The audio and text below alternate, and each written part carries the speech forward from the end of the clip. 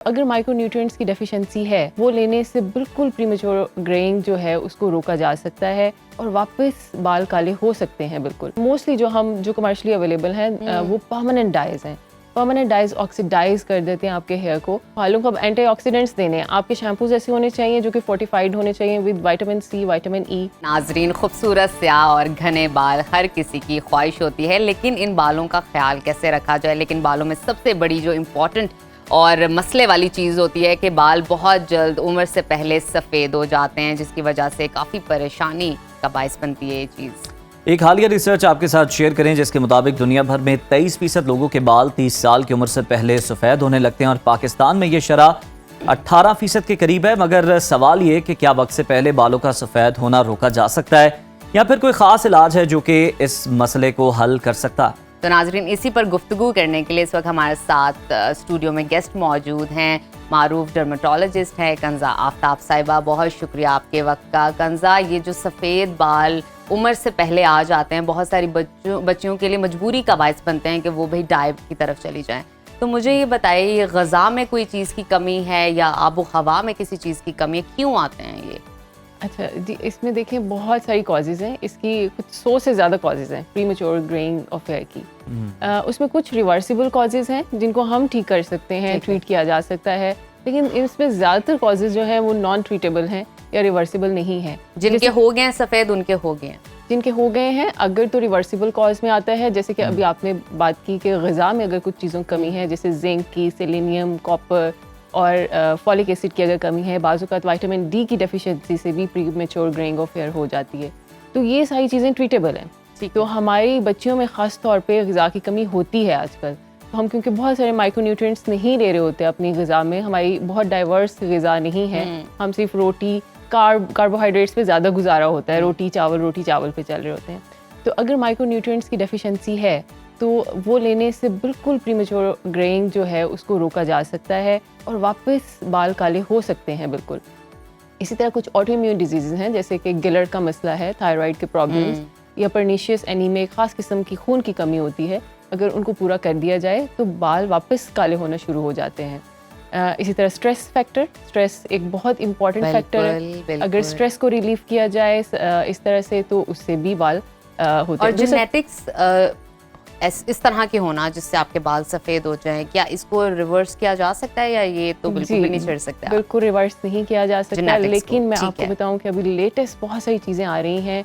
अब liposomal delivery of melanin into hair follicles हो रही है और मतलब आपके हेयर फॉलिकल्स के अंदर पिगमेंट डाल दिया जाता है। अच्छा, थ्रू स्पेसिफिक माइक्रोस्कोपिक, आप समझे, मॉलिक्यूल्स होते हैं, छोटी छोटी थैलियाँ होती हैं कलर की जो डाल देते हैं, वो आपके सारे बालों को कलर कर देता है। लेकिन it's very advance treatment Pakistan में अभी अवेलेबल नहीं है।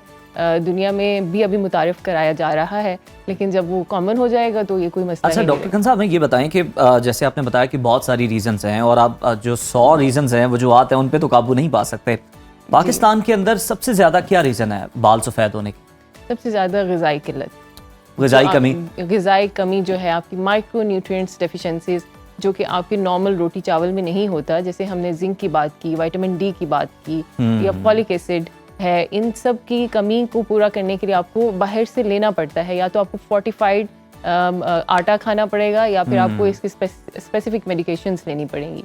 ये दूसरा ये कि आजकल हमारे बहुत ट्रेंड है कि हर वक्त बालों को कोई ना कोई प्रोसीजर, कोई ना कोई केमिकल अप्लाई हो रहा होता है। बहुत सारे लोगों की मिथ है, पर्सपेक्टिव है कि भाई बार बार मंथली बेसिस पे डाई करवाने से आपके बाल जो है सफ़ेद मजीद हो जाते हैं। क्या ये सिर्फ मिथ ही है या इसमें कोई हकीकत है? नहीं, इसमें बिल्कुल हकीकत है। डाइज दो तरह के होते हैं। एक परमानेंट डाइज हैं। परमानेंट डाइज वो हैं जो आप लगाते हैं और डाई रहता है, और मोस्टली जो कमर्शियली अवेलेबल हैं वो परमानेंट डाइज हैं। परमानेंट डाइज ऑक्सीडाइज कर देते हैं आपके हेयर को और वो डैमेज करते हैं आपके हेयर को और वहाँ प्रीमेच्योर ग्रेइंग होती है। उससे बहुत अच्छा है कि आप टेम्परेरी डाइज का यूज़ करें। जैसे कि आपने देखा होगा अक्सर कलर शैम्पूज आते हैं, वो टेम्परेरी डाइज होते हैं जो कि सिंगल वॉश में ख़त्म हो जाता है डाई। अच्छा। तो that is better than permanent dye. Permanent dye वो है जो हम नॉर्मली कर रहे होते हैं और वो रहता है और फिर नीचे से रूट्स आते हैं तो डाई आपको मतलब ग्रे हेयर नज़र आना शुरू होते हैं। तो वो डैमेजिंग है। उससे आप देखेंगे कि अगर आप शुरू करेंगे तो चंद ही महीनों में आपके सारे बाल वाइट हो जाते हैं। तो इसलिए उसको बिल्कुल। अवॉइड किया जाना और वो चाहिए। लग भी ज्यादा बुरे रहे होते हैं। हम देखते हैं ना जब वो डाई आपका खत्म हो रहा होता है, एंड हो रहा होता है, तो आपके बाल मजीद जो है वो अब क्या बताएं कि वो बुरे किस होते शक्ल सूरत जाते के लग हैं, रहे जी, होते हैं। तो पाकिस्तान में तो कंजा ये भी कहा जाता है ना कि चलें कोई बात नहीं, आ गए हैं तो जनाब बुजुर्गी की अलामत है, इसकी क्या ट्रीटमेंट करवाएं अब? जी जी, लेकिन इसकी ट्रीटमेंट तो यही है कि आपको फिर परमानेंट डाइज की तरफ ही जाना पड़ेगा। अगर तो आपकी रिवर्सिबल कॉज नहीं है और आ गए हैं तो फिर बिल्कुल आपको डाइज ही का सहारा लेना पड़ेगा, और इसका कोई हल नहीं। मतलब दोनों तरफ डैमेज ही है, कहीं जी। पहले डैमेज है और कहीं बाद में फिर डैमेज। क्योंकि ये ना हो कि फिर कंजा डाइस की तरफ जाएं और जो आपके वाइट बाल हैं आप उन्हें भी गवा बैठे हैं, हाँ, उससे भी हाथ धो ऐसा बैठे तो हैं। नहीं है। जी ऐसा बिल्कुल, हो इसीलिए हमने सकता कहा है। है कि टेम्पररी डाइज करें, या टेम्पररी डाइज नहीं तो आप ऑर्गेनिक डाइज करें, जैसे कि हिना है, मेहंदी का इस्तेमाल। मेहंदी अगर का आपको इस्तेमाल। ऑर्गेनिक प्योर मेहंदी अवेलेबल है तो that is better than permanent dyes. अच्छा कंजा, मुझे ये बताइए कि वालदैन को क्या मशवरा देना चाहेंगी आप, क्योंकि आपकी जो बात है बहुत वर्थ इट है, ज़ाहिर बात है आप डॉक्टर हैं, ट्रीट करती हैं इस तरह के मसले मसाइल को। वालदैन किस तरह अपने बच्चों को ट्रीट करें, ग़ज़ा में क्या उनको स्टार्ट से दें कि उनके बाल जो हैं यूथ एज में जाकर ख़राब ना हों और सफ़ेद मत हों? जी बिल्कुल, जिंक सिरप्स अवेलेबल होते हैं बच्चों के लिए। जिंक जो है वैसे भी बहुत इंपॉर्टेंट है। हमारी बहुत सारी स्किन की डिजीज़ेस, बालों की डिजीज़ेस और जनरली आपकी इम्यूनिटी को बूस्ट करने के लिए जिंक बहुत अच्छा है। तो जिंक सिरप बहुत इजीली अवेलेबल होता है किसी भी मेडिकल स्टोर से। तो जिंक ज़रूर अपने बच्चों को ऐड करें। उनकी आप 1 महीना पिलाएं, 2-3 महीने का गैप दें, तो उससे उनके बहुत सारे बालों के मसाइल हल हो सकते हैं। दूसरा, बच्चियों को, छोटी बच्चियों को ख़ास तौर पे बहुत सारे हेयर ट्रीटमेंट्स की तरफ ना जाने दें, जैसे केराटिन है, या कैसे रोकें उन्हें, रोकें कैसे? उन्हें बताएं, उन्हें बताया जाए, उन्हें दिखाया जाए कि ये जो लोग करते थे उनके बाल कैसे डैमेज हुए। और घर में ही बहुत सारे ऐसे एग्जांपल्स जो हैं वो आपके इर्द गिर्द होती बिल्कुल हैं, होती हैं। जो आप देख रहे होते हैं कि 5 साल पहले बालों का वॉल्यूम इतना अच्छा था, टेक्सचर इतना अच्छा था, और जैसे ही प्रोसीजर्स शुरू हुए और बाल भी खत्म हो गए और टेक्सचर भी गायब। रोकने का मेरा ख्याल एक तरीका ये भी है कि आप ना जैसे कटिंग करवानी है उसे घर बुला लें, क्योंकि सैलून गए ना तो उन्होंने कहना कि आपके 4 मसले और हैं। हाँ, ये भी ट्राई इनका भी सॉल्यूशन करवाएं हमसे आप। बिल्कुल ठीक कह रहे हैं आप। एग्जैक्टली। तो हीट, अच्छा। नो हीट, बालों को हीट नहीं लगनी तो चाहिए। कंजा चलें, ये ये तो तो लोगों की बात होगी ना, impossible सी हम बात है, अपनी कंजा। अपनी मिसाल पेश करते हैं। जो अब आपने हीट वाली बात की है ना, अब देखें हमारी मजबूरी है, हमने तो करना है, हीट भी लगनी है, केमिकल भी डिफरेंट लगने हैं, Very तो हम क्या obvious। करें, हमारे पास क्या इसका हल है? इसका हल ये है कि आपने, चलें हीट से अवॉइड नहीं कर सकते, लेकिन आपने बालों को एंटीऑक्सीडेंट्स देने हैं। आपके शैम्पूज ऐसे होने चाहिए जो कि फोर्टिफाइड होने चाहिए with vitamin C, vitamin E, ठीक है, जिसमें सोडियम लॉराइल सल्फेट नहीं होना चाहिए, जो कि आपके बालों के क्यूटिकल्स को डैमेज करता है। फिर सबसे सिंपल ये है कि घर जाके ऑयलिंग करें, रोजाना ऑयलिंग करें। रोजाना ऑयलिंग करें? ऑयलिंग करें, रोजाना लेकिन का ये एक्स्ट्रा काम है। ये एक्स्ट्रा काम है, लेकिन ये 20 मिनट्स का काम है। आप बिल्कुल भी, हम ये नहीं कहते ओवरनाइट रखें, हम इसके बिल्कुल खिलाफ हैं कि आपके स्कैल्प के ऊपर ओवरनाइट ऑयल्स रहें। ठीक है। आपने just 10 to 15 minutes before your shower आप अपनी शैफ्ट के ऊपर, बालों की शैफ्ट के ऊपर लगाएंगे, क्योंकि ऑयल कभी भी स्कैल्प के लिए नहीं होता, ठीक है। वो आपके बालों की शैफ्ट के लिए होता है। It's like a conditioner. तो आपके बालों के डैमेज को, आपके क्यूटिकल्स को बहुत रिजॉल्व कर ये देता मेरा है। ख्याल है आपने गलती जो लोग करते हैं ना अमूमन, वो बड़ी दुरुस्त करने की कोशिश की है। लोग कहते हैं कि रूट्स के अंदर तक बाल जो है ना वो और साइड पे पूरी करके वहां रात लगाया लगाएं जाए। और हर जगह जहां जहां लेटें वहां पे आप ऑयल नहीं, लगाते नहीं, नहीं, जाएं। इसके साथ साथ कुछ लोग तो 2-2 दिन भी रखते हैं लिटरली। जी, मतलब इसमें कैसे, एक क्यों? बहुत इंपॉर्टेंट बात मैं बताना चाहती हूँ, जी। खासतौर पर डैंड्रफ वाले लोग, वो बिल्कुल भी ओवरनाइट ऑयलिंग नहीं कर सकते। उनके ऐसे वो बॉम्ब फटेगा डैंड्रफ का कि वो हैरान रह जाएंगे, क्योंकि जो फंगस डैंड्रफ कॉज करता है वो ऑयल लविंग फंगस है।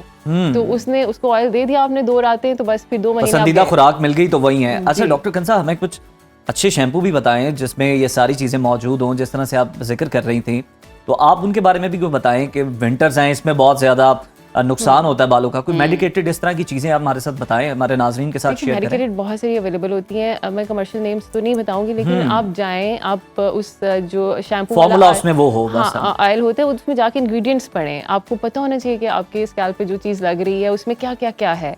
तो जो एक मैंने इंग्रेडिएंट आपको बताया, आप कोशिश करें कि अवॉइड करें। सोडियम लॉराइल सल्फेट जो है, जो सल्फर फ्री शैम्पू है, वो यूज़ करना है आपने, तो उससे आपके बाल काफ़ी हद तक बचे रहेंगे। दूसरा ये कि 3 दफ़ा से ज़्यादा हफ्ते में शैम्पू यूज़ नहीं करना। अच्छा। उतना क्यूटिकल्स डैमेज होते हैं, आपका टेक्सचर ख़राब हो जाता है बालों का। तीसरा, कंडीशनर या ऑयलिंग ज़रूर करें, just on the shaft of hair, मतलब आपके बालों के ऊपर होना चाहिए फॉर 10 to 20 मिनट्स, इससे ज़्यादा नहीं। अच्छा कंजा, मुझे ये भी बताइए कि एक और पर्सपेक्टिव है कि आपको हर 2 मंथ्स बाद या 3 मंथ्स के बाद शैम्पू चेंज कर देना चाहिए। जी, मतलब बिल्कुल। एक ही don't stick to one shampoo. That's true, that's true. Is it true? या दैट्स ट्रू, क्योंकि हर शैम्पू के डिफरेंट केमिकल्स होते हैं, और क्या होता है कि एक ही केमिकल लगा लगा के आपके क्यूटिकल्स डैमेज हो जाते ठीक हैं। है। तो आप कोशिश करें कुछ मॉइस्चराइजिंग शैम्पू से एवरी 3rd मंथ और एवरी 6 मंथ ज़रूर अपना शैम्पू चेंज करें। बहुत सारे मॉइस्चराइजिंग शैम्पूज अवेलेबल हैं। Again I can not quote the commercial names, बिल्कुल हम किसी की एडवर्टाइजमेंट तो करनी नहीं है, नाम है मकसूद है। अच्छा कंजा, एक सवाल आ रहा है, अब हमारी टीम में भी कुछ मेंबर्स ऐसे हैं जो कि हमारा मजाक उड़ाते हैं कि आप डेली शैम्पू करते हैं, अपने बालों के साथ जुल्म करते हैं। वो कहते हैं जनाब हम तो साबुन के साथ बाल धोते हैं और हमारे बाल देखें आपसे ज्यादा हेल्दी हैं। उन्हें क्या कहना चाहेंगी आप?